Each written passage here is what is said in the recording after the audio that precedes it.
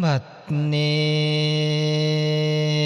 จะกล่าวถึงนกกระจอกน้อยผัวเมียทั้งคู่พากันอยู่สืบสร้างน้ำมงเอาพอรัสศีลนกทั้งสองคู่นี้ใส่อยู่ในสมบอนฤาษีสงทำดอกพัมเพียรสินสางอาศัยคนข้างเจ้าพระฤาษีนั้นสอนสั่งเหตุท่วงหังเพื่ออยู่สน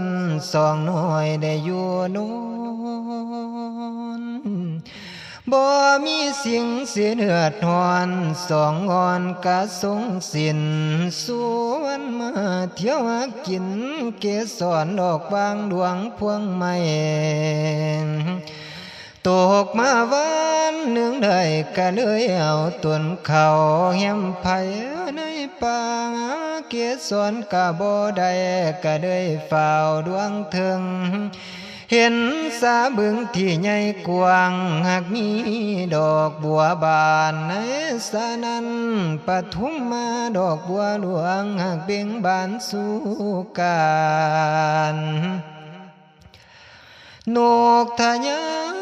นบินเข้าหวังเสียวศอกหาเหยื่อไปฝากเมียและลูกน้อยผู้คองคอยอยู่บ้านเมื่อยำคายว่าคำจวนในตอนนั้นปาทุมมาก็จังมวนดอกยุบแล้วหุบเอา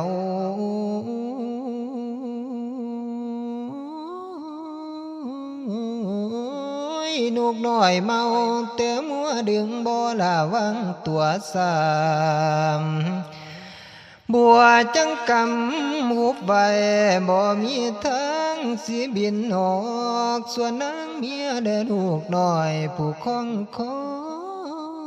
ยอยู่บ้านบ่เห็นเจ้าเผาผัวพ่อเมื่อเดึกสักใสเอ็ดอ่อนกะเดยนวลเสียงเมียงสอนเดือเลยสนั่นในดงดาวลาติการกังเจ้าอดุลใสแสงสองเห็นแสงทอ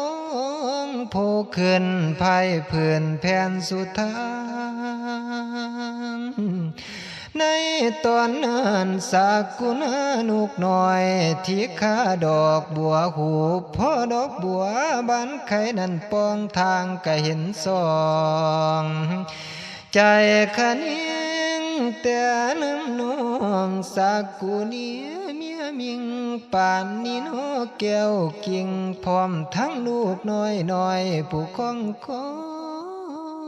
ยอยู่บ้านสิเป็นแท้เมียนจังใดดานาพานาง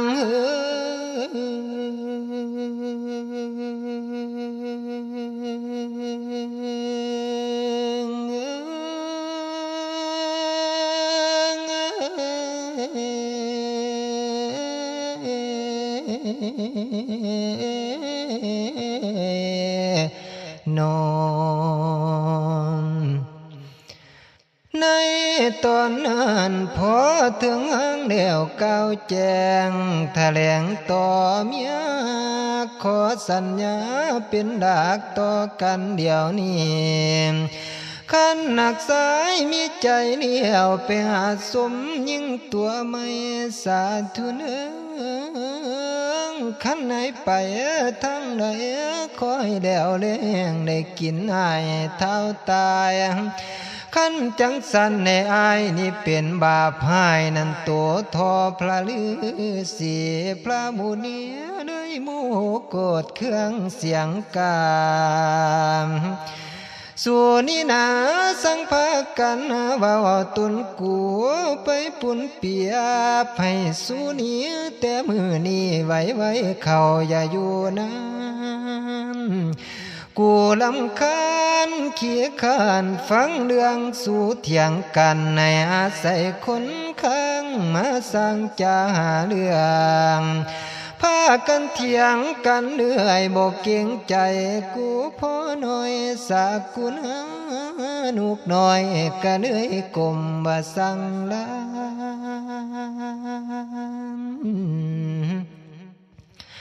ลูกทั้งสองนี่ได้มาอยู่พักยังก่อนนั้นยิ่งหนักหนาลูกทั้งสองก็สิขอสมมายอมพระองค์ท่านความต้องการพอวังให้หนีไป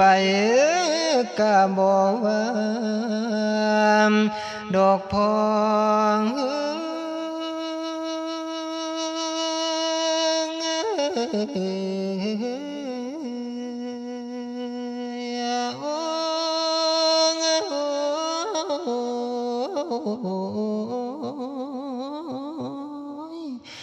ลูกทั้งสองก็สิขอสมมาบ่อนได้ผิดพลาดพังอภัยทอนอย่าได้สังโปรดประทานลูกบางสองอ้อนขอวอนขานนมัสการพระผู้มีแดวคาบลงสามข้างลูกทั้งสองสิพากันไปแปลงสร้างห่วงหางอยู่ทั้งไม่ก่อนเด้อ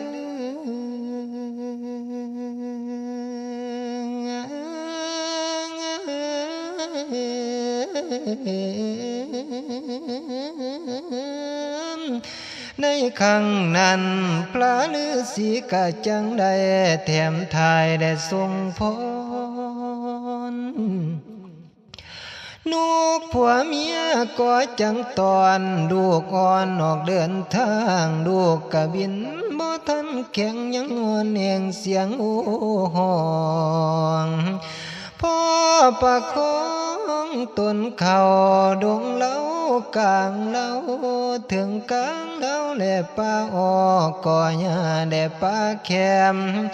มอนสถานที่นั้นมีหญ้าแฝกนั้นเกิดแอมอยู่แคมป่านาโอกนุกผัวเมียก็จังพากันถกทอดเอายังยามพากันทำมั่งขึ้นสาบสนซ่อนวางเฮ็ดในคือคนข้างพระฤาษีพ่อเจ้ามีทั้งเขาย้อนดูพ่อเมื่อเสียเดียพ่อยจึงเข้าอยู่อาศัยเนาอยู่ในห่วงหังได้ซื่นเสยสมสอนพ่อลูกนอนหลับแล้วผัวเมียทั้งคู่พากันแปลงเป็นอุโอนสาเพื่อนางเด่นถึงยำหอนได้พ้นกายลาดูการกะเคลื่อนย้ายเข้าสู่เขตเดือนมีสาไฟกะมาลำลูกแพทย์เผาป่าเล่าพ่อเมื่อไฟลำใหม่มาถึงกลางเล่านุกผัวเมียกะจังเบาจัดตานว่าโตกันตัวผัวนั้นก็จังปากตานสิขันหับอาสาคันถ้าไฟลำลูกมาหดทางของเฮาเทมหันบ่มีหนทางแก่เอาควันตายดอมลูกนางเมียอุกังแข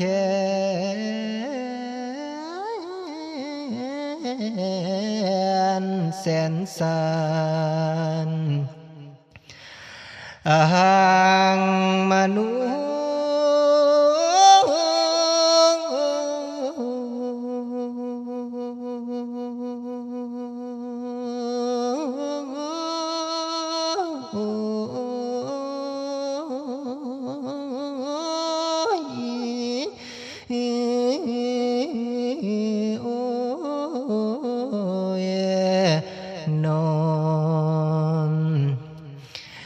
นายตอนนั้นนางจึงกล่าวว่า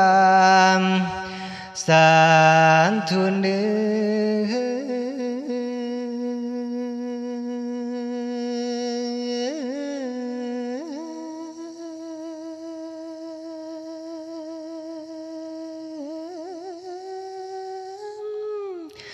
ขอให้พายพ้มฟ้าพายันท้ายเดียงดำเนเด้อสากุณีขอนำขอให้มาซอยคำนำอยู่เพื่อสวยสู้ไฟกำลังลูกไม่เล่ายังเผาผ่านโอ้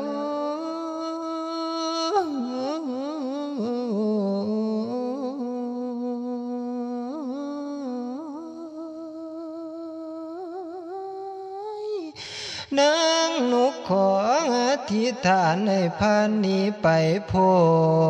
นขอผลบุญของข้าจงนำมาสู่ซอยเด้อนั่งสงสารลูกน้อยกำลังห้องอันอยู่คงผิดหวังในข้าวนี้ไฟทวีลำป่าไม่เข้ามาไกลหัวใจน้องกะมิ่งมนจิตอาวรณ์แต่น้ำสู่ขานิ่งน้ำแต่ลูกอ่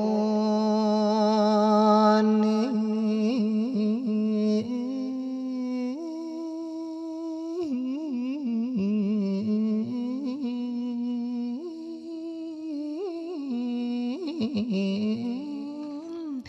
ไฟดอนลูกกลุ่มมาไกลอยู่บ่อเศร้าพอหลีไฟลูกเข้ามาถึงที่วังอานิจังชีวิตมูสักกุณาเนื้อคงบ่เหลือยังข้างย้อนหวังตายล้อมลูกเพื่อปีกตุ่มลูกน้อยหวังตายรวมบ่ห่างนี้คำบุหันเพิ่นว่าไว้สัจจาผู้ใส่นี้คือจังกวยกันต่างบัดทิมหลวงใส่น้ำผัดใดเข้าคู่สู่ตาว่าจะของยิ่งนี้เปรียบคือหินหักเหมือนย้ำเมื่อทิมใส่น้ำผัดจมเมียงบ่ฮอนฟูบุหันจะเปรียบไปหูภาษิตเก่าเพิ่นขานไข่เปรียบใส่สากุณานุกตัวที่เป็นยังผัวเมื่อเห็นไฟลำลูกบ่อาจทนทันได้หวังสิไปนี่มุมห่มเมียงแล้วบินออกป่าปล่อยเมียและลูกน้อยตายแล้วอยู่วางแต่งกะบ่อาจยังคันถึงวางมรณะ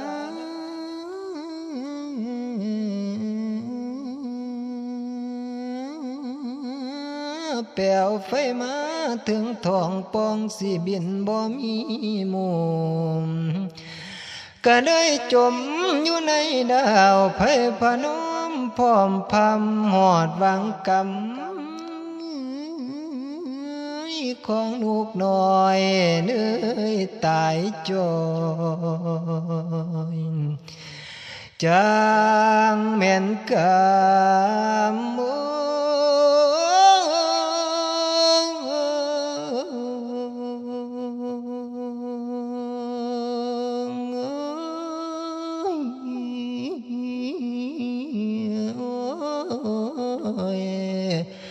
นอนในตอนนั้นนังจังกับศาสตร์ได้มาเกิดเป็นคนประสดที่เป็นมุตรีของเมเทวีเดียงสายทั้งเมืองมาทำเบาทำจากะบ่ปากนังระนึกศาสตร์ได้บ่จ่าต้านต่อผู้ชายน้ำมาก่อนกะบอกไว้เอิ้นซื้อจันทจรเอานครกรุงศรีหากบ่มีผู้ใดเท่า